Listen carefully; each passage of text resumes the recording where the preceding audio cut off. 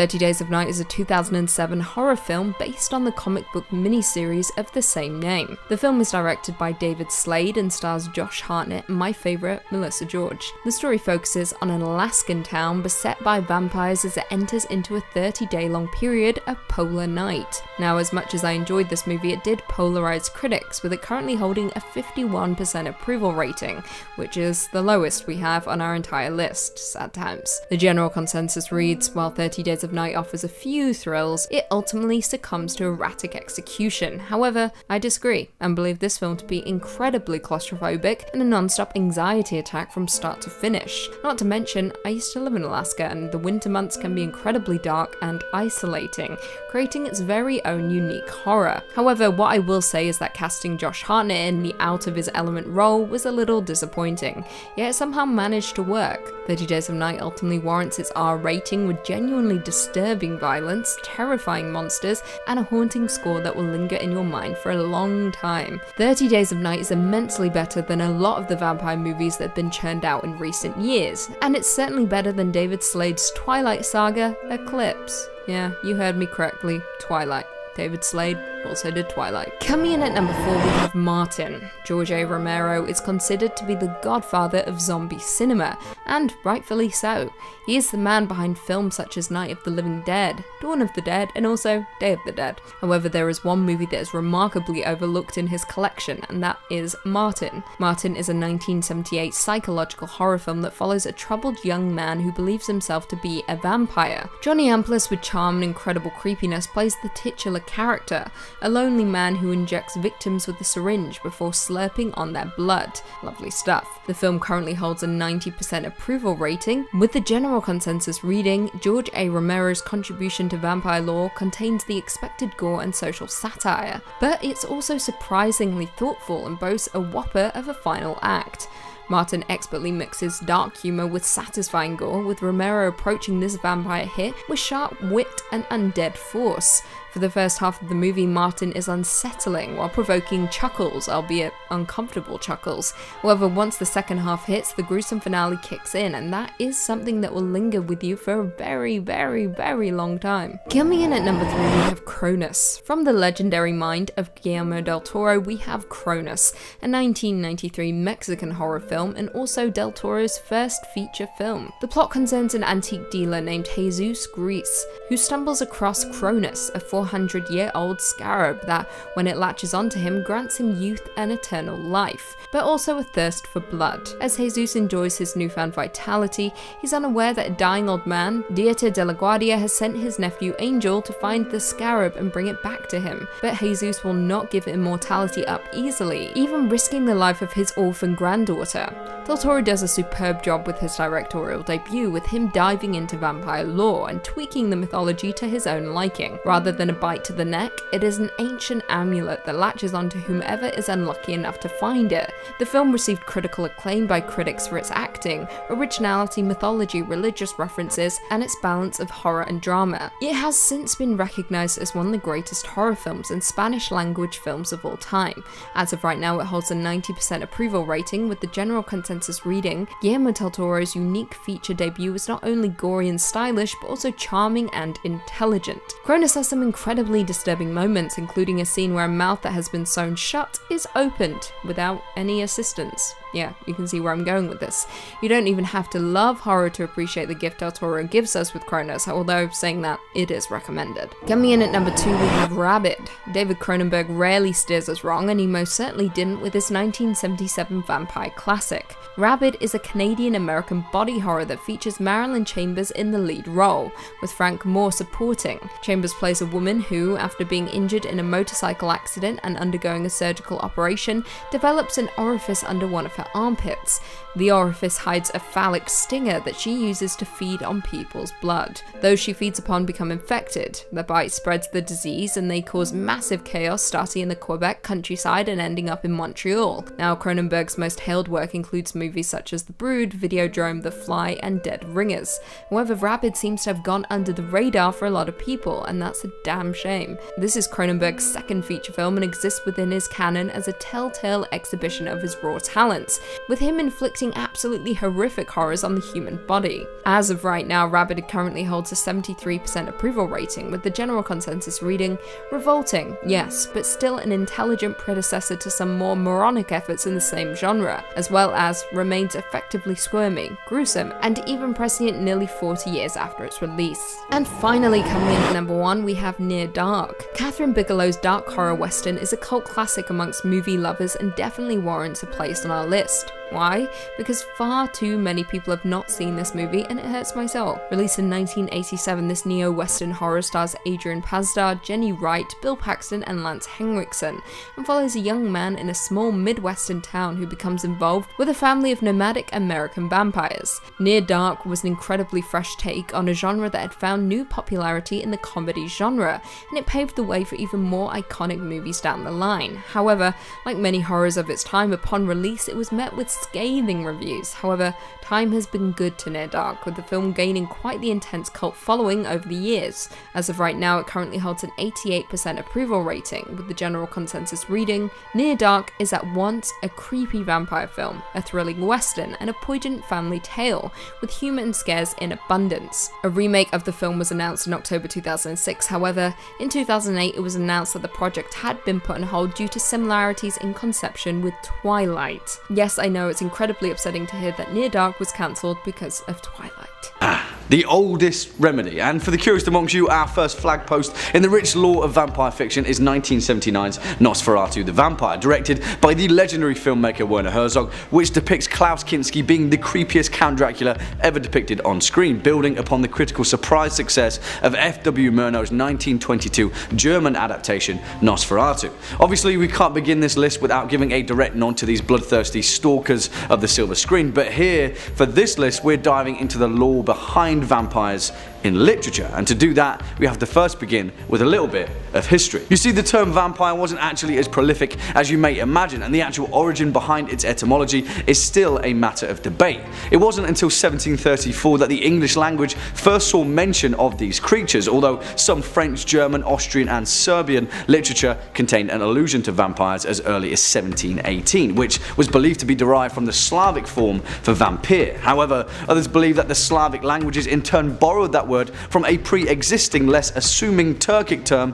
which means witch, Uber. And even stranger still, there are records of that term in Old Russian that dates back to the 11th century, believed to be borrowed by the Turkish term that relates to the same ancient pagan practice, upiri. However, the first ever mention of this term in recorded history was back in 1047, written in a letter to a Novgorodian prince which referred to him as Upir Lichich, which seemingly served to name him as an undead priest. Although not in direct correlation, it is thought that Upir Lichich would later literally translate to wicked vampire. Interesting, right? I mean, the ancient etymology of it, not the fact that a secret kingdom of bloodthirsty pagan priests may have existed somewhere in ancient Russia. Now, semantics aside, the exact notion of vampirism has existed in folklore for millennia, passed down through means of spiritual texts and oral tradition. Albeit much more demonic in origin, the ancient Mesopotamians, the Hebrews, ancient Greeks and Romans all had tales of creatures that we would consider to be a precursor to the modern vampire. In these many tales of ancient belief, the act of blood drinking was actually quite prolific, and often attributed to demons and spirits that would eat flesh and, well, drink blood. In fact, pretty much every nation on earth has had some form of blood drinking undead revenant or demon, which in some cases even acted as a deity to several ancient belief systems. You see, it's no wonder that the very essence of the vampire has long been ingrained in our cultural psyche. However, it wasn't until the late 17th and 18th centuries where these same shared cultural fears would begin to make themselves apparent, shall we say. The very tales that form the basis of the vampire legend that would later go on to form the literature behind vampirism first entered into historical record in 1672 with the case of Yuri Grando, a peasant that had died 6 years previous but had seemingly arisen from his grave to drink the blood of local villagers in Istria, which is now modern Croatia. After the strange case of Yuri Grando, Eastern Europe saw a frenzy of these same vampire sightings, the most famous being that of Ptah Blavogovich and Arnold Powell, both of which were Serbian peasants, a potential explanation for the Proto-Slavic origin of the term vampire. Now, the actual means of the sociological phenomena behind these historical events, if any, are a matter for a different video, because the point is, it injected a shared cultural belief that would quickly form the basis of one of the most important and impactful conventions in horror fiction: vampires. Because in 1748, during a time where these alleged vampire attacks were still happening across Eastern Europe, a German man named Heinrich August Ossenfelder manifested that very same zeitgeist and produced a poem simply titled The Vampire. An incredibly short poem which is written from the perspective of a mysterious man presented as a jilted and aggressive seducer that lusts for a respectable and pious Christian girl who is protected by her mother. In it, the term vampire is only addressed twice, with "as in vampires unmortal, folk on the Theses portal," and in "till I myself avenging to a vampire's health, a drinking him toast in pale Tokay." Although the poem itself is a direct metaphor for the desecration of religious faith, it goes on to directly describe breaking through the girl's bedroom window and sucking her blood. Where have we heard that one before, right? And in fact, the stark eroticism of Ossenfelder's poem would go on to influence many other pieces of vampire literature that followed it. Several decades later, in 1773, another German poet, a man named Gottfried August Berger, would produce a poem titled Lenore, an incredibly important landmark in literature and a vital entry into the Gothic ballads, but a poem that never exactly used the term vampire. Instead, it was responsible for creating another key theme that would later appear in vampire literature: immortality, or in this case, undeath, the ability for vampires to rise from their graves in the darkness of midnight, enter the homes of their victims or loved ones, and then carry them away into the night. After the widespread publication of Lenore, the Gothic ideal of the vampire was well and truly afoot, and the following few decades produced several similar pieces of literature, such as The Bride of Corinth, Therbala the Destroyer, Percy Shelley's The Spectral Horseman, as well as Samuel Taylor Coleridge's famously unfinished ballad, Christabel. However, it wasn't until the year 1819 where vampire literature really began to become solidified, when a man named John Polidori created the first prose piece of vampire fiction ever: The Vampire. It featured the iconic Lord Ruthven, the character of which was actually based upon Polidori's good friend and patient, the notorious Lord Byron. Now, whilst Byron also had a stab of his own at vampire literature, this was the first moment in literature where a fully formed vampire character would emerge. But more importantly, it served to paint Lord Ruthven as an anti-hero, seemingly down to Polidori's admiration for the whims of his friend Byron, which would form the basis of a trope rarely seen in horror or Gothic fiction, but would go on to become a key component of its themes, that of the sympathetic villain, the anti-hero. Now, how many likeable vampires can we name now in popular fiction? There's just too many of them, and all of them the heroes or heroines of their own stories. But back then, this was cutting edge stuff, or cutting teeth, I guess. The impact that Polidori's work had on vampire literature was huge, and throughout the 19th century, the masses couldn't get enough of our blood-sucking contemporaries. In fact, one of the most impactful methods of disseminating fiction in the mid-19th century were the classic Victorian-era Gothic pulp pieces, penny dreadful. Short, easily distributed pamphlets that gave rise to the essence of serialized horror, returning characters that formed their own anthologies, a visual tapestry that I'm sure we're all familiar with. Well, from 1845 to 1847, the second most popular vampire since Lord Ruthven snarled onto the scene: Varney the Vampire, a character created by James Reimer and Thomas Peckett Prest that successfully managed to encapsulate all of the same vampiric themes laid out before him, and thus gave rise to the popular depictions of the vampire: long cloaks, high collars, drinking blood, coffins. But there was another story that paved the way for vampire literature before we address the very evident elephant left in the room that we haven't yet talked about. A lesser known addition into the Gothic canon of vampirism, but one that is without a doubt even more important than Varney the Vampire. And that was with Sheridan Le Fanu's 1871 novella Carmilla. And this was the first ever depiction of a female vampire, Countess Karnstein. In many ways, Countess Karnstein paved the way for the defining moment of vampire literature, and her influence as a symbol of occultism, as well as the enigmatic, supernatural, almost deified creature that exists separate from the confines of civilization. It's one of the most important hallmarks for vampire fiction and Gothic literature as a whole, because the character of Countess Karnstein was pretty much the archetype for the most important piece of vampire literature ever created, Bram Stoker's Dracula. And without detracting from both pieces, the similarities between the two are staggeringly clear. You see, it isn't with the actual inception of Bram Stoker's 1897 novel Dracula that we need to cast our gaze towards, because it was with the impact that matters, and it goes without saying that there is no greater effort in history to depict vampires in popular fiction as influential and as definitive as Dracula. Whatever the case, at the time of its release, it struck a chord across Victorian Europe, perhaps stirring up an ancient shared cultural fear that had long lingered within us all. Vampires in literature are the amalgamation of many things, a collection of one convention here and another there, but the point of them remains the same. They are both a blessing and a curse. They're what we want to be and what we want to defeat. And Bram Stoker's Dracula was the compendium behind that very specific horror. And it's also probably a good place to end this particular episode of The Lore Explored, because vampires in modern fiction, yeah, there's a lot to sink our teeth into there. Well, there we have it, horror fans, our first entry into the brand new catalogue of the series, The Lore Explored. What did you guys think? Do you enjoy this brand new style? Do you have any suggestions on where we should steer it? Let us know your thoughts down in the comment section below, as well as any choice picks of your own. Kicking off at number 5, Afflicted, 2013.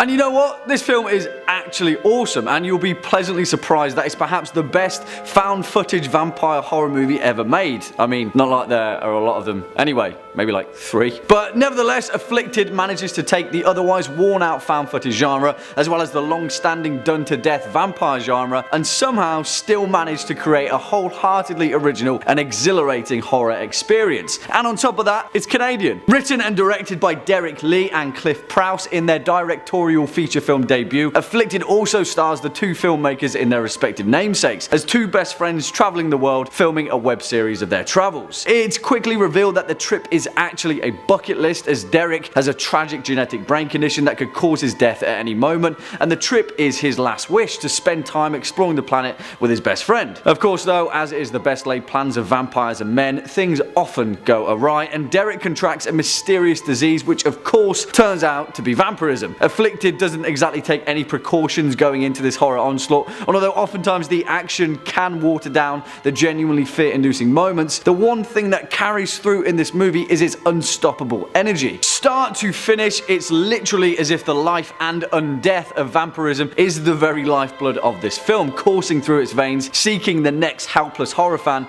to feast on. It's a strange mix of both new and old, but even stranger still, it actually works incredibly well. Next up at number 4, Only Lovers Left Alive, 2013. What is that? Oh, negative. That's delicious. Blood on a stick. Now, quite a few of you called for this film to appear on our next list, and rightfully so, because just like with Afflicted, it seems that 2013 was the year for surprisingly creative vampire horror that seemingly reignited the genre in a strange new way. It's important to note that Only Lovers Left Alive isn't a horror film in the conventional sense, or even in the traditional sense, because it relies on an entirely new perspective to fill the spaces of its horror. And yeah, who would have thought it? Vampire nihilism. Vampirilism. Maybe it'll catch on. Written and directed by Jim Jarmusch, the film stars Tom Hiddleston and Tilda Swinton as Adam and Eve, two immortal vampires that have lived countless lives across the ages as musicians, poets, scientists, and purveyors of all the mysteries of existence. In the 21st century though, things are a little bit different, and Adam and Eve both live in an overwhelmingly different age, where the blood of the human population has been grossly contaminated by the modern environment. This film covers many themes, and it effortlessly says a lot about the human condition without saying much at all, whilst also capturing that ageless enigma of bloodthirsty vampires and the strange, alluring beauty that they often permeate. Again, at first glance, the traditional horror of this film isn't easy to pick out, but instead it manages to give a much needed breath of life into the genre, whilst offering insight into the terrifying existential implications of living forever and the price that comes with it. Also, it's reminiscent of 1983's The Hunger, starring David Bowie, Catherine Deneuve and Susan Sarandon, which would have made this list, but yeah, I don't think YouTube would like it. Coming in at number 3, Thirst, 2009.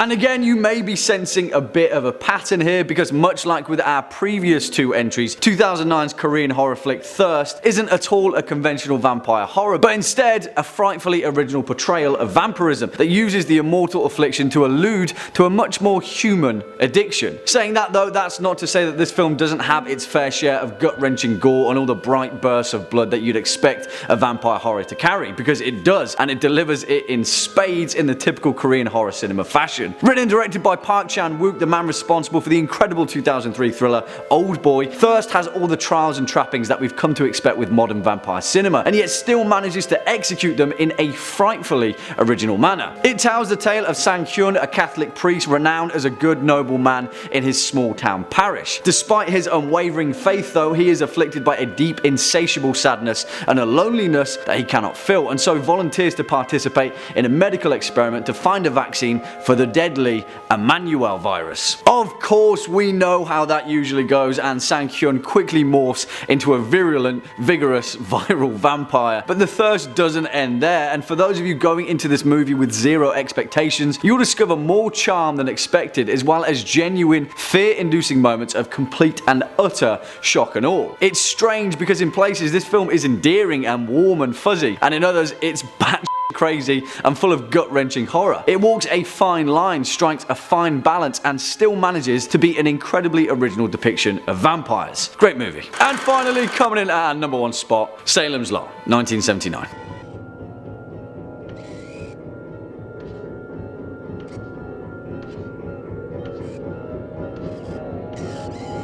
Okay guys, I'm gonna level with you. The only reason that this entry didn't make part one of this list is because, as I explained, it's technically a TV miniseries, and much like 1990s it doesn't hit the parameters of the term movie. But you know what? What the hell? Throw me out the window like little Ralphie Glick, forget I ever said anything, and give Tobe Hooper's legendary 1979 miniseries the credit it deserves, and stick it at our number one spot for the scariest vampire movie ever made, because it is exactly that. We'll just forget the fact that it was released in two parts. Hey, whatever, that's fine by me. I remember the first time I accidentally caught a glimpse of that bedroom window scene as a kid, and I was so incredibly terrified that it took me many years after that to even realise it was a story about vampires. I just thought it was about horrifying children in pyjamas floating through the air, and I wasn't about to watch a feature-length rerun of that. But obviously, as I got older and finally had the courage to read the original Stephen King novel of the same name, it was evident that Salem's Lot was perhaps the greatest fictional depiction of vampires in anything, really. Because here's the thing, it manages to strike an incredibly delicate balance, and it's a balance Stephen King intended that Tobe Hooper also managed to capture in the TV miniseries. It gives all the credit to the horror forefathers that predate it. The classic image of Barlow being shipped in a steel crate by his familiar Straker, teeth, pale skin, blood-sucking Dracula, the whole 9 yards. But somehow it manages to maintain itself as an entirely original creation of horror. There's nothing quite like the vampires of Salem's Lot. They're familiar, but they're also strange and remote, and entirely different creation. We don't need to talk about how good Tobe Hooper's 1979 version of Salem's Lot is. Just watch it, it's horror mastery. And I hate to sound like a blackguard, but they don't make them like that anymore, do they? Coming in at number 4, A Girl Walks Home Alone at Night, 2014.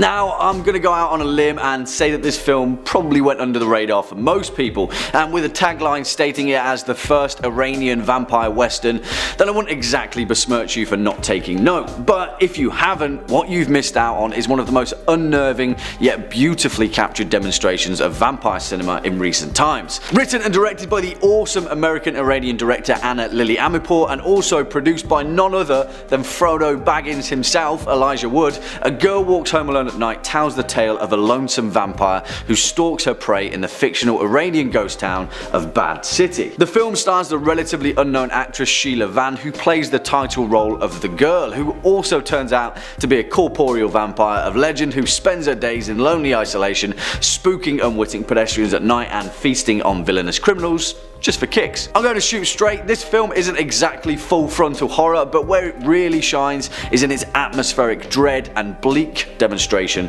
of the human condition. Also, it's just really good. Next up at number 3, Bram Stoker's Dracula, 1992. Holy blood! We're strong in the Lord! The power of his might! He is strong in the Lord, the power of his might. Alright, if this was a list of literature, then of course Bram Stoker's original gothic masterpiece Dracula would be at the tippity top of this list, because of course it's vampire fiction 101. But if I'm being honest, Francis Ford Coppola's silver screen adaptation, although a horror showstopper, doesn't exactly bite the same necks that other vampire movies do. But that's the downside, because the rest of this film in its own right is a fantastic depiction of our favourite hemoglobin obsessed Count Dracula. Directed by the legendary Francis Ford Coppola and released in 1992, this film emerged during a time when some of horror's greatest icons were getting a bit of a rework, to say the least. And rework it does, steering Count Dracula from a campy, cape-wielding hammer horror figure to a creature steeped in ancient history and dripping with the blood of long-lost generations. Also, did I mention that this film is absolutely stacked? Gary Oldman as Count Dracula, the incredible Anthony Hopkins as Van Helsing himself, Winona Ryder in all her glory, and of course the one, the only Keanu Reeves, whose English accent in this film is the stuff of cringe legend, but it's still awesome nonetheless. I've seen many strange things already. Bloody wolves chasing me through some blue inferno. Coming in at number 2 spot, Interview with the Vampire, 1994. Kill them swiftly if you will, but do it, for do not doubt, you are a killer, Louis. And I excruciatingly pandered over where to place this film, but I think in the end I'm happy with giving it the number 2 spot. For one reason, it perfectly captures the essence of what it is to be a vampire in a much more bleak and existential way that other vampire horror films have failed to encapsulate as well as this. It's also 90s cinema at its peak, and I'm a stickler for nostalgia, so there you go. Directed by Neil Jordan with a screenplay from Anne Rice herself, based on her incredible 1976 novel of the same name, Interview with the Vampire is a tale that spans generations and manages to maintain the blood-soaked gothic horror all the way throughout. The film stars Tom Cruise as Lestat de Lioncourt, who, may I add, is fantastic at playing a psychopathic blood-sucking villain. Who knew, eh? Alongside my man Brad Pitt as Louis de Pointe du Lac, a plantation owner of Spanish Louisiana in 1791 who gets turned into Lestat's new vampire best friend because, let's face it, they're both pretty lonely dudes. This film is fantastic because of the seamless ancestry that it manages to weave throughout its narrative, capturing the immortality of these vicious, pale-skinned, beautiful, bright-eyed killers without breaking a sweat. Not like vampires can sweat, anyway. Or can they? Do vampires sweat? Let me know, guys. And finally, at our number 1 spot, Let the Right One In, 2008.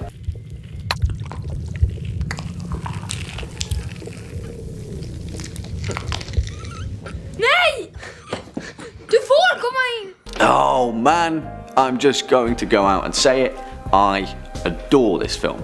And please watch this first before the 2011 remake Let Me In, although I will give that the credit is due because the remake is still a decent horror film. But, and it's a big but, it is pretty much a shot-for-shot remake, and well, Let the Right One In is a near perfect movie, so it's difficult not to be good. Directed by Thomas Alfredson and written by John Lindqvist, based on his novel of the same name, Let the Right One In tells the tale of 2 kids in Stockholm, Sweden, Eli and Oscar, and, well, Eli is a vampire. This film is heartbreaking and terrifying all at the same time, and it tells the tale of 2 lonely children in the bleak Swedish midwinter without pulling any punches. Despite being a film about a legendary fantasy creature, Let the Right One In manages to capture the humanity of isolation. It's violent, it's drenched in blood, it's oftentimes shocking and bleak, but it's also charming, endearing and beautifully depicted, mainly down to the on-screen relationship of Kari Hedebrandt and Lena Lenderson, 2 child actors who colossally step up to the plate and who together deliver one of the finest shared performances in horror cinema. Really guys, I cannot recommend this film enough. Let the Right One In is perhaps the finest modern vampire film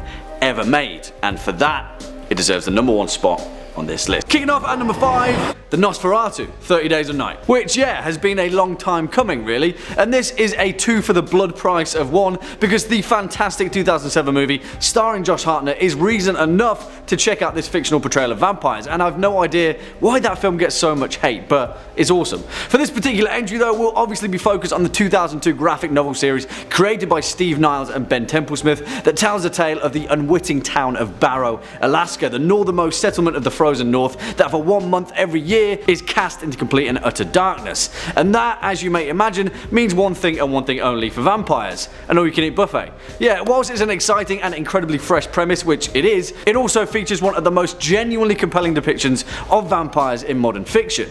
And to do that, it does away with the age-old beauty and serene mystery often captured in vampire fiction, and instead it turns them into beasts, creatures that are far more similar to sharks than they are of the average vampire. And it works. The most telling of these is Vincent, the antagonist of the series, although in the movie he is depicted as Marlowe. As it explains, Vincent's vampire, otherwise known as the Nosferatu, were once ruled by an elaborate council of elders who, after deciding to reveal themselves to the human race, were completely destroyed and persecuted, dwindling to only a handful of vampire survivors. After a millennium, Vincent led his vampire in secret, lingering in the shadows of the world until humanity had completely forgotten about their kind, maintaining themselves as creatures of just myth and legend. Now, I won't spoil anything, but obviously that kind of goes awry, mainly down to the fact that they messed with the wrong damn town, but still, they're awesome. In the series, vampirism is portrayed as a virus which is spread through contact with vampire blood. It kills those afflicted by it, turning an infected human undead, where they grow a mouthful of shark-like fangs and bleak,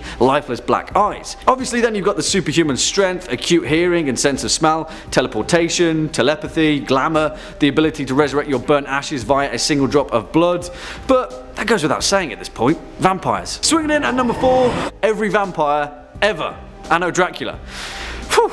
Yeah, this one is as equal parts in depth as it is awesome. Now, if I said to you, what do you think would have happened if in the events of Bram Stoker's Dracula, instead of saving the day and all of humanity, Van Helsing is defeated by the vampiric overlord Count Dracula, ushering in a brand new age where vampires rule the entire planet in a secret, shadowy coalition? Well, Anno Dracula answers that very question, and the result is a wholeheartedly captivating series that just so happens to portray perhaps the most malevolent vampires of all time. Well, I mean versions of themselves, because what Anno Dracula does to hammer home the reality of the matter is take pretty much every vampire that you've ever seen in literature and then give them a brand new position in the hierarchy of the global vampire to varying effects. By scale alone, Anno Dracula is staggering, but the real fear lies in the reality of its alternative history, because, guys, Dracula marries Queen Victoria. And don't worry, that's not spoilers, really, believe me. And geez, we haven't even started talking about the wider series yet, but yeah, written by Kim Newman in 1992, the first entry of his series Anno Dracula focuses on Dracula's rise to power in 1888, following the death of Van Helsing, where he spreads his overwhelmingly powerful vampire curse, creating thousands of new vampires and taking them all to England. Soon enough, he marries Queen Victoria, as you do, and ushers in a brand new period of vampire-led political domination of the United Kingdom, where he rules from the shadows under a vampire-orchestrated police state. Not only that, but Jack the Ripper makes an appearance alongside Sir Arthur Conan Doyle's Diogenes Club, who are scheming their way back to human safety. There's a crack group of Carpathian mercenaries loyal to Dracula. Sherlock Holmes shows up, Dr. Jekyll and Mr. Hyde too, Count Orlok, Lord Ruthven, Elizabeth Bathory, for crying out loud. Hell, even Lestat de Liancourt from Anne Rice's novels makes an appearance. Seriously, if you love both history and vampires, Anno Dracula does it like no other. And talking of Lestat, next up at number 3, Anne Rice's Vampires, The Vampire Chronicles. And I hear you guys, I know a lot of you called for these particular bloodsuckers to make an appearance, and whilst we held off a little down to their overwhelming popularity, shall we say, there's no denying the fact that Anne Rice's vampires are considered a staple of the genre for a reason, because they're really good. That's the truth of it. They're everything we want from vampires. Ancient creatures, a rich, complex mythology that spans the entirety of human history, supernatural creatures with incomprehensible power, and you know, they're also pretty attractive. Unless you get trapped beneath the sands of ancient Egypt for a few thousand years, but that's by the by. They scrub up pretty well. And there is perhaps no other vampire in the series that scrubs up better than Lestat de Liancourt, given the fact that the man survived off of swamp lizards and rats for several decades, and still managed to come off smelling like roses. But although Lestat is indeed a symbol of the ancient gluttony of vampirism, the real ancient terror lies in the deep interwoven history of Anne Rice's vampires. As first mentioned in Rice's 19 1985 novel The Vampire Lestat, and later elaborated on in her 1988 novel The Queen of the Damned, the first vampires of the series emerged in ancient Egypt, their origin mysteriously tied to an energy force of ancient spirits that existed long before Earth. Here, a bloodthirsty shade known as Amel grew infatuated by two young witches that lived on Mount Carmel, and before long, Amel took Makare as her familiar, bestowing on her the first powers of vampirism. But then Queen Akasha of Egypt grew jealous of the witches' new power and burned their village to the ground. She imprisoned them and tortured them, eventually cutting out their eyes and tongue respectively, but in time Akasha's own bloodlust attracted the shade of Amel instead, and alongside her husband King Enkil, they became the divine parents of all vampires. Eventually they faded into legend of the vampire world, but it was thought that if Akasha died, all vampires would die with her, as the shade of Amel would no longer have a vessel. Honestly, the mythology of the Vampire Chronicles is kind of second to none. It's so rich and beautifully woven that its tapestry of ancient vampirism reads almost like the scriptures of some long lost civilization. Let's hope not. That's food for thought. Coming in at number 2, the Strigoi, the Strain. Because whilst the ancient immortality of an entire civilization of vampires is terrifying enough, what's even more terrifying are those ancient vampires conducting an unnatural war on a global scale, perpetuated by a deadly strain of a vampiric virus, orchestrated by the malintent of an ancient rogue vampire known only as the Master, who is pretty much Vampire Hitler. Yeah, and don't expect the highly stylized feasting of Anne Rice's vampires, because in the Strain, if you're unwittingly turned into a Strigoi against your own will, you've got a gross little worm wriggling inside you, and no one wants that. In fact, it's the physiology of the Strigoi where the terror truly lies, because more so than any other vampire species, these guys are just straight up gross. I really mean that. They're really, really nasty. And the Strain quickly becomes more of a biological horror with a sheen of the supernatural more so than anything else. And yet, whilst the machinations of the Master and his takeover of an order of ancient vampires is need for concern, seriously, all you need to do is witness a mature Strigoi and you can fill in the gaps for yourself. Put it this way, as explained by the legendary Guillermo del Toro, the creator of the series alongside Chuck Hogan, the Strigoi are more akin to the Aswang of Filipino folklore, and if you know anything about those horrifying creations, you'll pretty much get the picture very quickly. After being affected by the capillary worm, the human host genes are rapidly manipulated, causing the victim to undergo numerous radical physical changes. The most distinct of these is the development of a long, retractable probe-like appendage referred to as a stinger that acts as the new vampire's feeding and reproduction mechanism. It shoots forth to latch onto a victim, draining its blood and then infecting the human with more gross capillary worms. And yeah, that's pretty much the end of it all. As the cycle continues, the Strigoi lose all physical traits that are obsolete to its new life cycle. They shed hair and fingernails, their nose and ears fall off, the skin becomes as smooth and featureless as marble, their middle finger grows elongated and a single sharp talon protrudes out. Yeah, seriously, body horror and vampirism has never been more vivid than in the Strain. Give it a read or give it a watch, because it's really gross. And finally, coming in at number 1 spot, the Grandfathers, the Dark Tower. And yes, because truth be told, there are few fictional representations of vampires that are as genuinely terrifying as those penned by Stephen King. And although the vast majority of this entry should be specifically tied to that of his 1975 novel Salem's Lot, we also have to feature the wider expanded world of Stephen King's vampires, and the most powerful of them all, Type 1 vampires, as elaborated on in the wider world of the Dark Tower. Now, essentially, there are 3 types of vampire in King's macroverse. Type 1, the most powerful, Type 2, and Type 3. Simple, right? Also, spoilers, because here we can't talk about Type 1 vampires without referencing the brave and tragic tale of Father Donald Callahan. Now, if you've read Salem's Lot, that name will sound incredibly familiar, but Callahan, through his trials and tribulations as a newly created vampire, learns a whole host of horrifying truths about vampires. And as it turns out, Kurt Barlow was merely a very small fish in a very big pond. A blood-sucking fish, of course, but that's by the by. Now, purely from a narrative perspective, King has a way with words that seem to capture the innate terror of what a vampire truly represents, that although they seem frighteningly similar to what we think we should know about vampire lore, pale skin, strange eyes, long teeth, drinking blood, they're also incredibly alien, and that's the fine balance that King seems to capture to staggering effect. They're the literal definition of otherworldly creatures, and particularly as the town of Salem's Lot discovers after Kurt Barlow sails upon the shores of New England, because even if you do manage to survive one of the most powerful Type 1 vampires of the New World, unfortunately for Callahan, there's plenty more where that came from, because the most terrifying of them all are the Grandfathers, an order of ancient evil that are so impossibly powerful that a host of parasitic bugs follows them wherever they go to feast on those that they slaughter. Do you know how overwhelmingly evil and powerful you need to be to create an entire ecosystem of insects? These guys are only ever alluded to in one particular scene of the Dark Tower series, and I'll say no more because it's nightmare fuel enough. Yeah, that's reason to take our number 1 spot. The Grandfathers.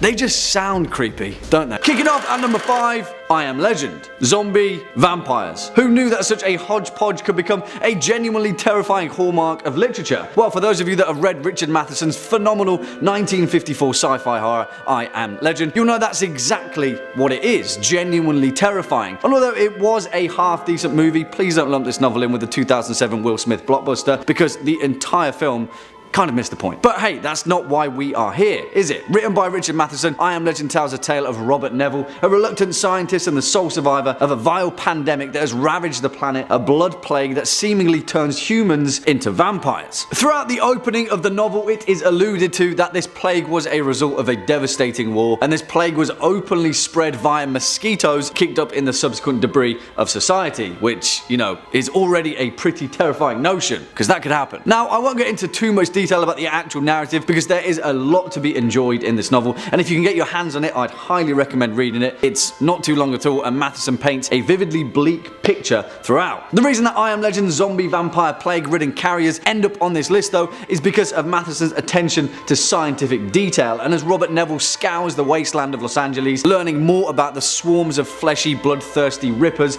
that roam the streets at night, we're gradually given a real sense of physicality as to the bleak, feral existence Matheson's vampires are subject to. And I won't even go into detail about the ending without fear of spoilers, but if you're partial to a bit of existentialism in vampire literature, then please read this novel because its ending is a whole different kettle of fish. It will make you think twice about vampire folklore and the legend that comes with it. I Am Legend. Swinging in at number 4, Fever Dream. Again, if you're in the mood for a fantastically written, relatively concise novel about terrifying vampires and the resounding implications that come with immortality, please read George R.R. Martin's fantastic 1982 novel, Fever Dream. And yes, that's correct, before George was weaving Westeros and creating perhaps the finest fantasy series ever written, he was also indulging himself on immortal vampires that commandeered a Mississippi riverboat in the mid-1800s. Yeah. Now, if I had to choose purely from a technical perspective, Fever Dream may actually be one of the most complete and compelling works of vampire fiction ever written. If you're a fan of Martin's prose, then you'll find exactly the same kind of verve and style here, and what it serves to do is wholeheartedly humanize his immortal vampires and turn them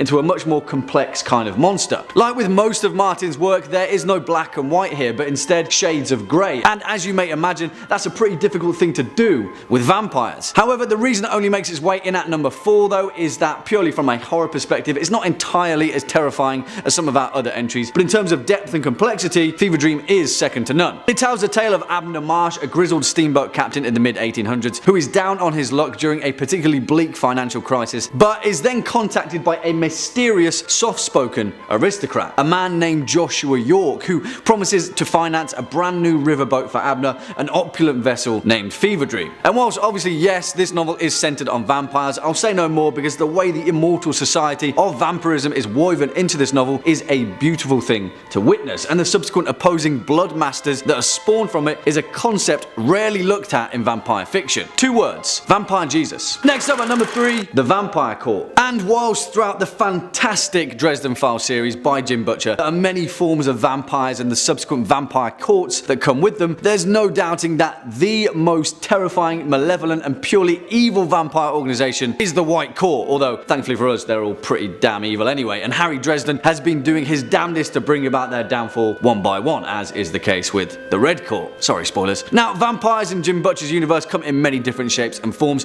almost like a melting pot of pretty much every vampire custom and creation that we've seen in fiction, which is pretty damn awesome in its own right. But it's with the societal structure and ancient hierarchy where Butcher's vampires truly shine. The White Court, for example, is an order of vampires that feed purely from human emotion, and they satiate their hunger through the consumption of essentially the human spirit. Because of their propensity for life force, force rather than actual human blood, the White Court prefers to avoid any direct confrontation with their enemies, and for the most part they're a court of schemers and ploy makers hidden within the shadows, pulling the strings. Essentially, the White Court are the East Indian Trading Company of the vampire world, and they pull the strings on the rest of the blood-sucking immortals around them. On the other hand though, there was also the Red Court, a vile sect of fleshy bat-like humanoid creatures that use the glamour of a skin mask to disguise themselves as humans, living and preying on society for years on end. As more akin to the traditional vampires of legend, the Red Court were particularly dark in their approach to feasting off of human blood, and operated mainly in Central and South America, where they reared entire villages of humans like cattle to feed upon. Then there's the Black Court, a diminished sect of vampires who were essentially born from the stereotypical Dracula of legend, but were hunted and eventually destroyed thanks to Bram Stoker's novel, which in Butcher's universe was published as a how-to guide for the layman to hunt down and kill vampires. Don't you just love the Dresden Files? Swinging in at number 2, the Vampiri. We cannot make this list without laying down Brian Lumley's incredible Necroscope series, and I'm fully aware that many of you Top 5 Scary viewers are particular fans of his resounding horror series. The thing is though, Lumley completely shook up the concept of what makes a vampire so fervently that in some cases it's hard to tell where monster of folklore legend begins and alien parasitic monstrosity ends. And believe me, don't worry, I say that as a good thing, not a bad thing. In Lumley's Necroscope series, first written in 1986, gone are the classic interpretations of the vampire legend, and instead Lumley's vampires are a leech-like parasite from an ancient world deep in the cosmos. Through a painful and grotesque process, these alien leeches attach to their host and begin a symbiotic life cycle that grants them their immortality of legend, as well as many other devious superhuman machinations. What makes Lumley's Vampiri so awesome though is that they're essentially the vampire version of Marvel's symbiotes, and their life cycle is wholly similar to that of a fungal creature transforming its host through a slow spore-ridden process that turns them into the immortal villains that populate Lumley's Necroscope series. Because of that incredibly unique process though, the Vampiri leeches can also infect other non-human entities, such as in a few cases foxes or wolves, and then so begins Lumley's absolutely awesome fictional explanation as to the nature of werewolves and lycanthropes that populate his horror series. It's never been done before. The thing is, in Necroscope, the Vampiri are so damn ancient and so adept at understanding the parasitic process that created them. In the later series, they move into an entire industry of breeding lesser versions of vampires to enact their bidding, whether across the earth or on Starside. In fact, Lumley's depiction of vampirism in the Necroscope series is pretty damn bleak, and the one true evil against humanity are the Vampiri, because eventually even the most purest of hearts succumb to their evil will. Also, vampire cannibalism. Yeah, that one's not been done that much before. And finally, coming in at our number 1 spot, the higher vampire. And whilst we're talking about hunting vampires, we cannot talk about bloodthirsty monsters in literature without taking note on the resounding works of Andrzej Sapkowski with the Witcher saga that rightfully deserves its place at our number 1 spot. Now, in my opinion, Sapkowski's depiction is the most complete, compelling and intriguing creation of vampires in horror, in the whole of literature. And I know that's pretty damn hyperbolic, but really, if you read his work or played any of CD Projekt Red's fantastic video game series, you'll know exactly the impact that vampires have on this world. And I say world because the most intriguing notion of vampires in the Witcher saga is that, not unlike Lumley's Necroscope series, these ancient entities are from another planet entirely. Well, not exactly another planet, so to speak, but another dimension, another sphere. Now, I'll try not to spoil anything, but to be fair, speaking about the conjunction of the spheres isn't exactly giving anything away. In Sapkowski's world, vampires aren't created or turned or otherwise conjured into existence. They're born, just like humans are, and exist as corporeal beings who can manipulate their body at a molecular level in blood and matter just as easy as we can breathe. Over 1,000 years before the Witcher saga began, during the conjunction of the spheres, different realities where monsters and magical entities reside freely on their own plane collided and merged with our world, which eventually necessitated the need for the Order of the Wolf and the many witches that came with it. As you know, someone had to try and keep a lid on all that chaotic magic going on, right? Cheers, Geralt. Honestly, I could speak about the Witcher saga all day, but as far as vampires are concerned, there is so much to feast on. The Bruxa, the Katakan, the Alp, grotesque mutagenic versions of vampires created from humans and the corporeal dimension beings that are absolutely terrifying. Regis, the awesome ancient vampire who's best friends forever with Geralt, the unseen elder, the list goes on and on. And if you're a fan of vampire fiction and are yet to delve into the works of the Witcher series, please consider this as a reminder, because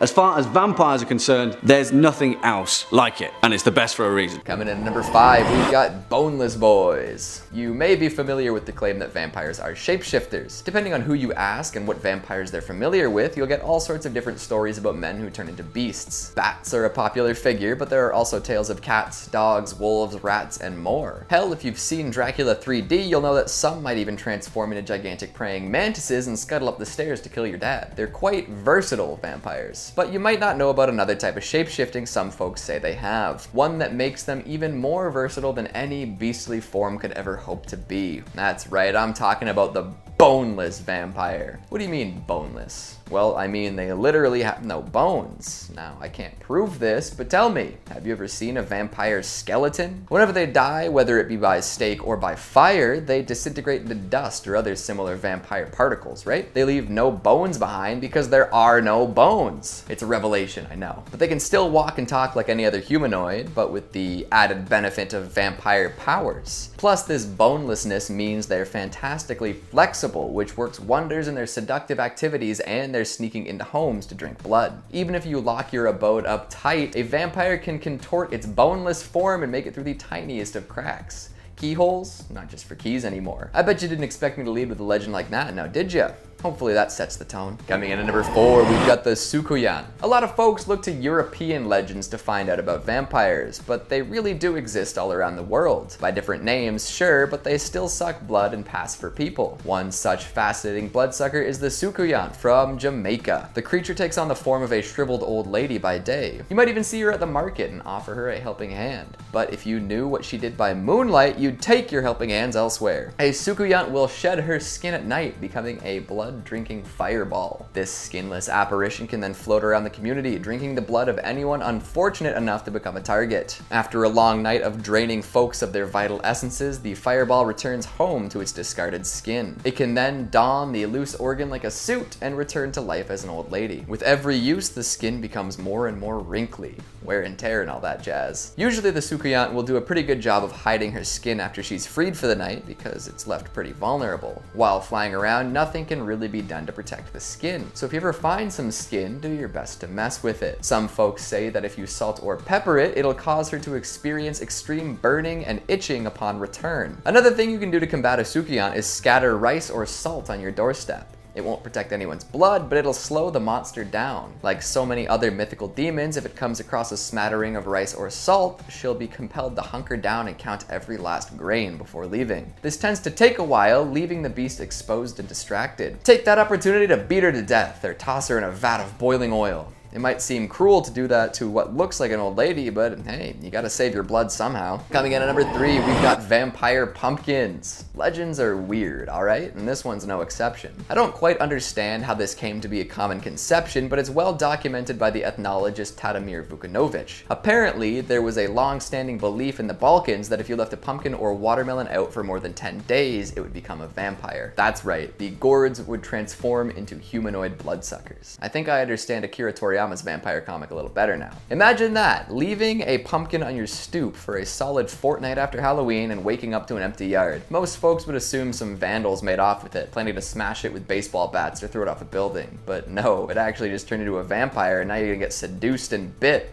Great. If this is true, folks better get right on their composting habits. It's similar to the belief that any given object left outside overnight during a full moon will become a vampire. I think this legend originates from people being dumb with their belongings, but I might just be reaching. You can be sure that your produce is about to make a change if a drop of blood appears on its skin. Oh, and the pumpkin vampires can change back into pumpkins, so even if it doesn't disappear, you can be the proud owner of some cannibalistic vegetables. Coming in at number 2, we've got Jiangxi. Let's take a trip to China this time and learn about some of their bloody beasts. A popular one is the hopping vampire, also known as the Jiangxi. Usually appearing as a stiff corpse dressed in Qing Dynasty clothing, these undead beings hop around looking for life force to drain. Life force isn't specifically blood in this case, but the two line up just fine. They spring to and fro during the night, hoping to come across some hapless folks. And just like vampires from other cultures, they spend the day locked up in dark places like coffins and caves. They hop because they're corpses. Rigor mortis mortis has long since set in, making it impossible for them to bend their limbs. So instead of walking, running, or any other sort of human locomotion, they can hop around as best they can. They're also an odd green-white tint, frequently attributed to mold from being buried so long. These vampires are a little less sexy than a lot of the other ones. There are a few ways to survive an encounter with the Jiangshi. You can write a spell in chicken's blood on a yellow piece of paper and stick it to their forehead. Or you can use a sword forged from Chinese coins that has been charged under moonlight. Apparently throwing sticky rice at one will draw the evil out. Maybe they were just hungry. Oh, and connecting this to the boneless bits, although I don't know if that really applies here, conventional wisdom says that a piece of wood could be installed at the bottom of a door to prevent Jiangshi from entering. It's always fun to connect those dots. And finally, at number 1, we've got the Blood Countess. When discussing the origins of vampires, many folks look right to Vlad the Impaler. This Wallachian prince is more than likely the inspiration for Count Dracula's name, as he was a member of the Order of the Dragon. Being a member of this order gave him the surname Dracul, which is only one letter off from the name we know and fear today. But even though Vlad tended to be violent and steak happy, the real blood drainer was waiting in Hungary. Elizabeth Ballery was a countess well known for her brutal lifestyle. Legend says that she tortured and killed over 650 women throughout her life. In true vampiric fashion, she believed that bathing in blood of young girls would keep her young. She was going for a youthful appearance, not eternal life, but you can see how that might have influenced vampire lore. Ballery drained plenty of girls of their blood in order to keep herself young. This practice also seems to be a little more sadistic and fetishistic than Vlad's brutal display of slain enemies. Hold on, aren't some celebrities paying for young people blood infusions now? History has an eerie way of repeating itself, doesn't it? Coming in at number 5, we have Ruthven. Ruthven was the first mention of a vampire in English literature. He first appeared in 1819 in John William Polidori's The Vampire. Since then, the character has been used in numerous modern works. The character of Lord Ruthven is based on the real-life poet Lord Byron. Others had written about the Lord in a negative light, and John used this portrayal as the basis for his character. Lord Ruthven is a vampire, but also somewhat of a socialite. He travels the world, meeting interesting people, and of course drinking the blood of his victims. His actions seem to be cruel in nature. In The Vampire, he meets a young man named Aubrey. They become friends and begin to travel Europe together. After a disagreement in Rome, the two go their separate ways. Aubrey travels to Greece and falls in love with an innkeeper's daughter. The romance is short-lived when Ruthven shows up in town and his lover goes missing. She is found with her blood drained. Everyone in the town suspects it to be the work of a vampire, but Aubrey does not make the connection to Ruthven. The two agree to continue their travels. Not long after, they're attacked by bandits and Ruthven is fatally wounded. As he lays dying, he makes Aubrey swear an oath that he will not mention his death or anything else he knows about Ruthven for a year and a day. Aubrey agrees and Ruthven appears to pass away. Aubrey returns to London and is surprised to see Ruthven alive and well. He reminds him of his oath and warns dire consequences should he speak of what he knows. Not long after, it's clear Ruthven is attempting to court his sister to torment Aubrey. They plan to marry on the exact day that the oath expires. Aubrey tries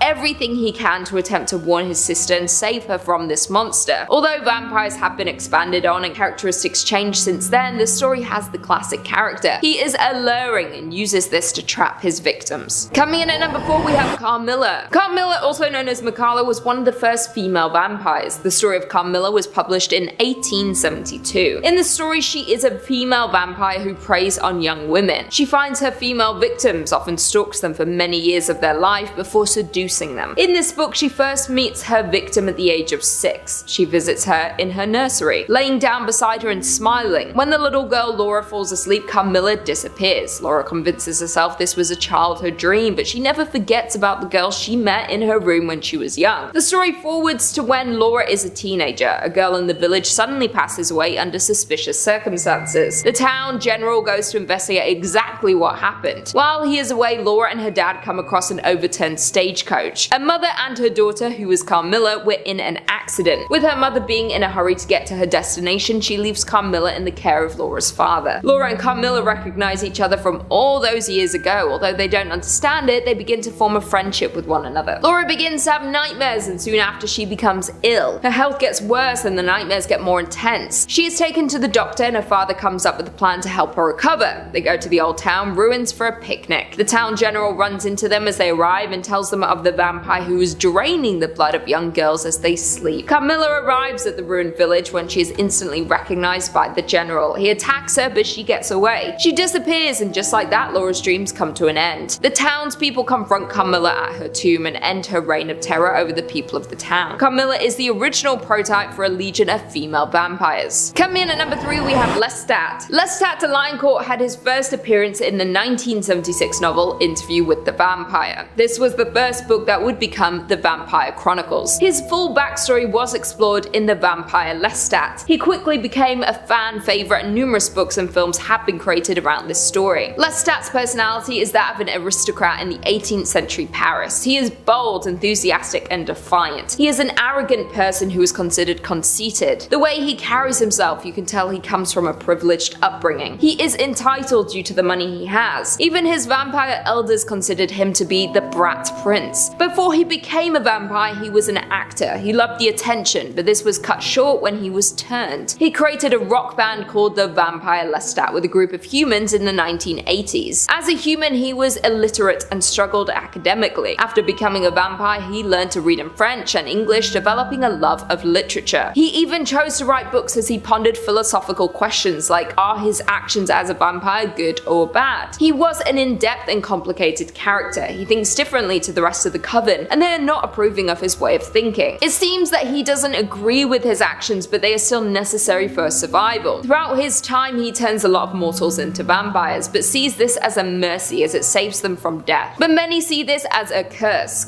to watch those around you pass on while you live forever, while also having to hunt the innocent. Many of his friends who have been turned into vampires end up turning on him in anger as they are not happy with their new reality. Coming in at number 2, we have Ellie. Not all vampires look how you would expect. You can be changed into a vampire any time in your life. You are then frozen in time to be that age for eternity. For one young vampire, Ellie, she was turned at the age of 12. Her first appearance was in the 2004 novel Let the Right One In. Although she will now look this age forever, she is in reality much older than this. Her appearance makes it easy for her to trick people into trusting or helping her. The book focuses around Ellie's friendship with Oscar. Oscar has some morbid interest due to being unhappy in his life. Ellie moves into the house next door and they begin to befriend each other. We discover that Ellie has been a vampire for 200 years. We learn about how she managed to survive undiscovered all this time and her tragic start as a vampire. We learn about her short mortal life. She has a companion who helps her obtain what she needs to survive, but when he is unable to do this anymore, she is forced to start hunting for herself, putting her life and identity in danger. Ellie helps Oscar fight against his bullies and tries to help him gain control of his life. Ellie, although around 200 years old, still has the mind of a child with the powers of a vampire. She struggles with her loneliness due to immortality. She loses control of her actions and of her situation. She causes a lot of suffering to those who come into contact with her. Oscar hopes being her companion can end her reign of terror and give her the friend that she has always needed. And finally, coming in at number 1, we have Damon. Fever Dream is a 1982 novel by famous author George R.R. Martin, who wrote Game of Thrones. This vampire novel is set on the antebellum Mississippi River. The story takes place at the start of 1857. The story starts with the steamboat captain Abner Marsh, who is struggling financially to get his ship ready for sail. He finds a new business partner in a mysterious man named Joshua. He promises to help finance the ship and get ready to sail. Once they set off, Marsh starts to notice a few odd things about Joshua and his friends on board. They only leave their cabin after nightfall. When he is confronted, he says he and his friends are vampire hunters and they are using the Fever Dream boat to track some mysterious disappearances along the river. Once he trusts the captain, he reveals the full truth that he has created a potion, one that curses vampires from their need to drink blood. He has been seen by many vampires as a messiah destined to free them from the dependence on hunting humans. He's trying to reach and help as many of his kind as he can to stop any more harm coming to humans. Joshua is not the one to fear in the story, but the evil ancient vampire Damon. He hears about the efforts to cure his people and he doesn't agree that this should be done. He has his followers board the Fever Dream and overpowers Joshua, taking control of all the vampires on board. The humans manage to escape, leaving the boat to the will of the vampires. Damon was the worst of all the vampires. He wanted to take over the world. He grew his followers at every chance he got. He He was obsessed with maintaining and growing his strength and power. He was often cruel towards the humans. His evil and bloodlust made him destroy everyone in his path. Both humans and fellow vampires feared him. Coming in at number 5, we've got the Zimbabwe vampire.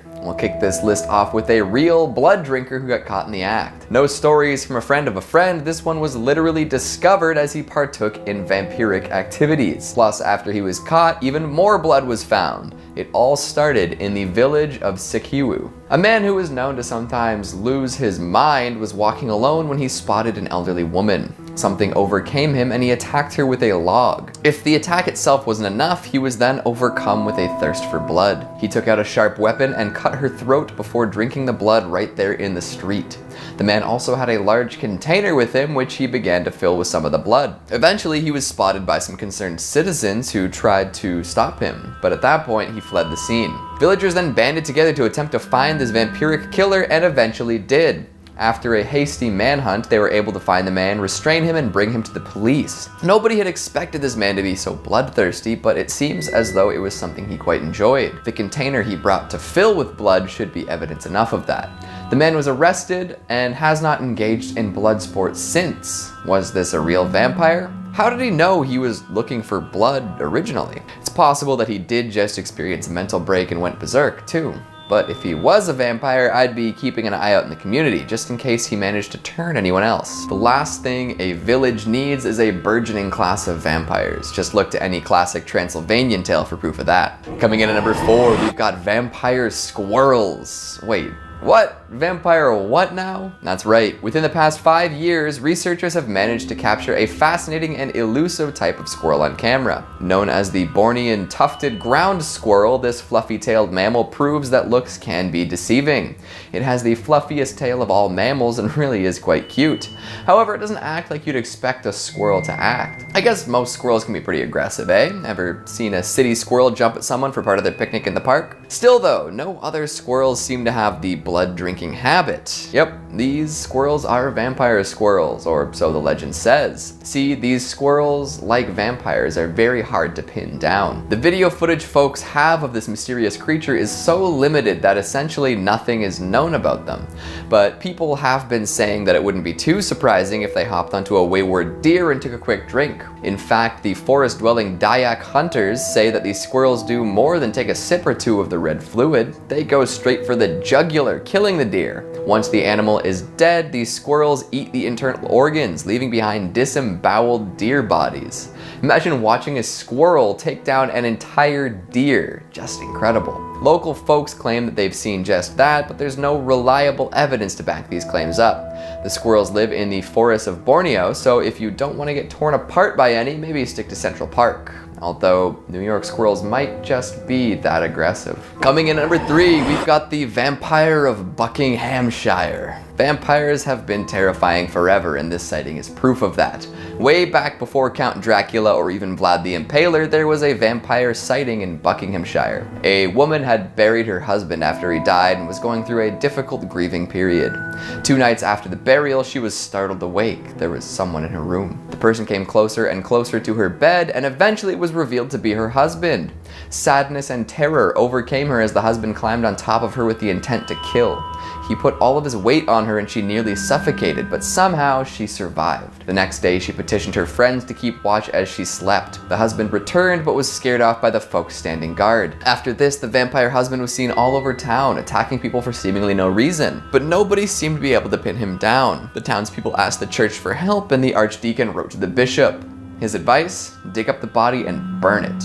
The archdeacon wasn't too happy with this strategy as he thought it was disrespectful to the man's soul. So instead he had the bishop write a letter of absolution for the man and then pinned it to the vampire's chest. Somehow this worked. The vampire was no longer seen around town. But you have to wonder what brought him back in the first place. Coming in at number 2, we've got the Carter brothers. New Orleans is rich with occult history, so of course there are some wicked vampire tales to tell. Back in the 1930s, there were 2 brothers living in the French Quarter. John and Wayne Carter had regular jobs and kept to themselves. They didn't bother anyone and they didn't cause any trouble. Well, at least that's how it seemed. To everyone's surprise and terror, a young woman came to the police in hysterics. She had just escaped from the Carter brothers' apartment. They had been holding her captive and drinking her blood for weeks. The police took this very seriously and raided the apartment. What they found would make anyone sick to the stomach. Inside were 4 more girls, all covered in wounds meant to siphon blood for consumption. After freeing the prisoners, the police attempted to arrest the Carter brothers. When they found the vampiric siblings, an insane fight ensued. Apparently, it took 8 men to restrain the 2 brothers. They had been possessed by some otherworldly strength, likely that belonging to vampires. In the investigation that followed, it was discovered that the brothers had kidnapped and killed over 14 victims. That's a fair bit of blood for 2 brothers who seemed to be a couple of average guys. They were tried, found guilty, and executed, but the story doesn't end there. Years down the line, another Carter died and was to be put in the family tomb. When the vault was opened up, the bodies of the brothers were gone. See, that's why you gotta burn the vampires. Burying them is just inviting disaster. Ever since then, many people have claimed to see the 2 brothers skulking about New Orleans. So add that to your list of paranormal experiences in the city. Be careful when you check it off, though. If you see them, they probably see you too. And coming in at number 1, we've got a CCTV scare. We mentioned earlier that vampires don't get picked up on camera, right? Well, they don't have much of a reflection either, which is why this video is so confusing. Check it out. No, look, just keep watching. It's crazy. Wait, I know. What? I know. Like, how is that? I don't know. The man in black walks right by the gigantic mirror that we just saw reflect someone else, and there's no reflection, but he's still picked up on CCTV. How does that work? What's going on here? You have to wonder why a vampire would be shopping at a retail store during the day, too. There are so many things to consider here, but very few satisfying answers. It makes you think about all the times you might have walked right by a vampire and not even known it. I suppose I have to admit something after this clip. This vampire was not spotted at 3 a.m. I know, false advertising in the lot, but the footage was too interesting to give up. The rest of the vampires are eyewitness accounts, you know, because vampires. But this one seems to defy logic and follow it at the same time. Is it just a cool camera trick? Maybe a glitch in the Matrix? Tell me how you think this happened. Alright, so did any of these vampire sightings convince you of their veracity? Or are you more skeptical than ever? What do you think of the list? What's your favorite vampire sighting? Have you ever seen one yourself? Coming in at number 5, we've got the Master. You know, this guy came damn close to ending the world through vampirism. Hell, he basically infected all of New York with his strain. The Master comes from the series of books turned TV show, The Strain, penned by Guillermo del Toro and Chuck Hogan. Basically, it is a virus that is very similar to ancient vampirism. It spreads quite quickly, as viruses tend to do, and puts humanity in peril. So by putting this strain in motion, the Master deserves every ounce of fear he gets. He's been alive for millennia, taking multiple different forms over many lifetimes. The Master has been a Roman slave, an iron worker, and most recently a Polish man with gigantism.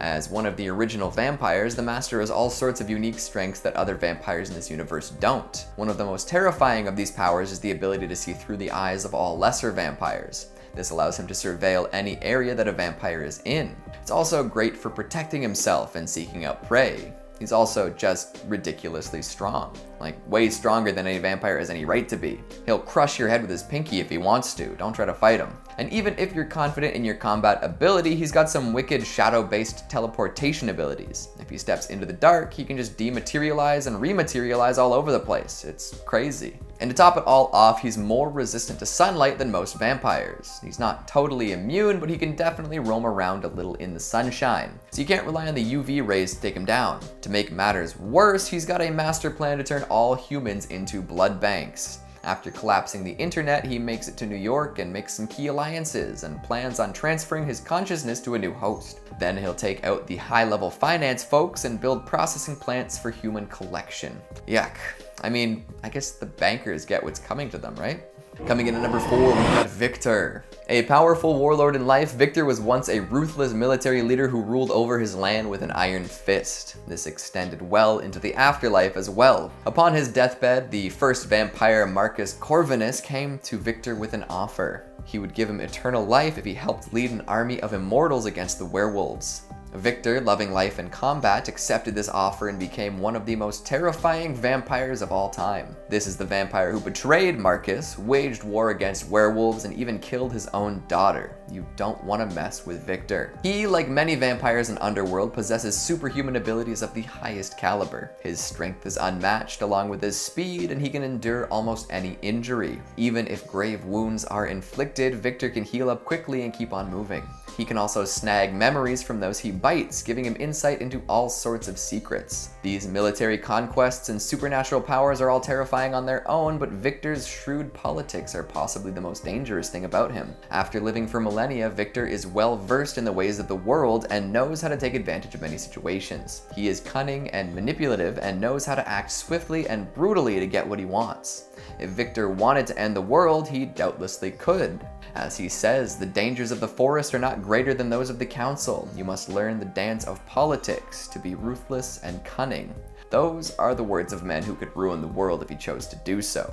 Coming in at number 3, we've got cars. That's right, folks, the Pillar Men are vampires. They drink blood, sunlight hurts them, they can make more monsters like them, they're super ancient, they have superpowers, and now we're talking about JoJo's Bizarre Adventure on Top 5 Scary. Way to go, team. Of course, Cars is the most powerful of the Pillar Men. Just look at how Joseph had to deal with him in Battle Tendency. After learning that he is truly immortal and not even the sun can destroy him, JoJo literally fires him into space to freeze up and float around for the rest of eternity. That is a crazy powerful vampire. Like a lot of the other vampires on this list, Cars has superhuman strength, speed, and regeneration, but those powers are augmented by a connection to the world around him. He can sense all sorts of things that are invisible to the naked eye, changes in air pressure, tiny sounds off in the distances, rising temperatures, all seen by the all-seeing Cars. Plus, he's infused with the DNA of everything on Earth. He can evolve on the fly, always putting him ahead of the competition. Plus, he's got some wicked poses. Like, what other vampire can pull off so many model-esque looks? That's what I thought. Coming in at number 2, we've got Cain. The first vampire in the mythos of the World of Darkness is also the most powerful. Cain is the firstborn son of Adam and Eve and was cursed with vampirism by God as punishment for murdering his brother. After this, he was sent out to wander the land of Nod. During this time, he met Lilith, who gave him some of her blood to drink. By partaking in this blood, Cain is visited by 3 angels who bestow curses on him after he refuses to repent for the murder of his brother. He becomes awakened and possesses new disciplines, granting him untold power. He eventually settles in a city and becomes the Dark Father. He took on followers who became like children to him. If he embraces them with the gift of immortality, they become vampires too. Soon there's an entire city full of generations of vampires, and then an empire. Cain ruled over it all from an ivory throne. Thanks to having such longevity, Cain has mastery over all of the disciplines, and his abilities outshine those of any other vampire. He can also cancel out the disciplines of any vampire near him, guaranteeing his power in any situation. And finally, coming in at number 1, we've got Gabriel Belmont, also known as Dracula, but I wanted to make sure everyone knew that we were talking about Castlevania. There are plenty of powerful men and monsters throughout this universe, but the Prince of Darkness reigns supreme. Once a vampire hunter, he knows all of the tricks of the trade, making him even harder to deal with. He's got void, chaos, and blood magic, covering all sorts of potential matchups a burgeoning Dracula killer might throw his way, and that's just the start of it. He can shapeshift into all sorts of legendary creatures, he can possess humans to do his bidding, he can turn into freaking smoke and travel crazy distances in no time at all. He's so resilient, he survived an explosion that took out an entire continent. There really is no competition when it comes to all-powerful vampires. Hell, he even uses the vampire killer Cross to end Lucifer. This vampire can kill immortal beings. His consistent appearances in all sorts of Castlevania media speak to his longevity and versatility too. There really is no vampire like Dracula, and this iteration in particular has what it takes to destroy everything countless times. Those damn Belmonts have plot armor. I think turtlenecks should make a comeback this year, not only because they're comfy and stylish, but because they hide your vulnerable throat flesh from potential vampire threats. Toss a silver chain on and hide a stake in your belt and you're good to go.